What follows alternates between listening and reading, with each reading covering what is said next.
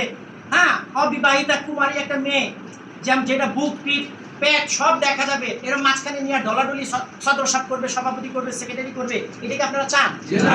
সদর সভাপতি চান না, মসজিদের ইমাম ডলাডলি করুক চান? তাইলে উম্মাহাতুল মুমিনিন পুরো বাংলাদেশের মধ্যে লাখ লাখ আলেমের যিনি মুরব্বী, তো উনি মহিলাদের সাথে নিয়ে বসে ডলাডলি করবে, এমন পীর তো আমরা চাই না। তাহলে আমাদের সাহেব ইসলামকে রক্ষা করার জন্য সব লাগিয়ে দিছে।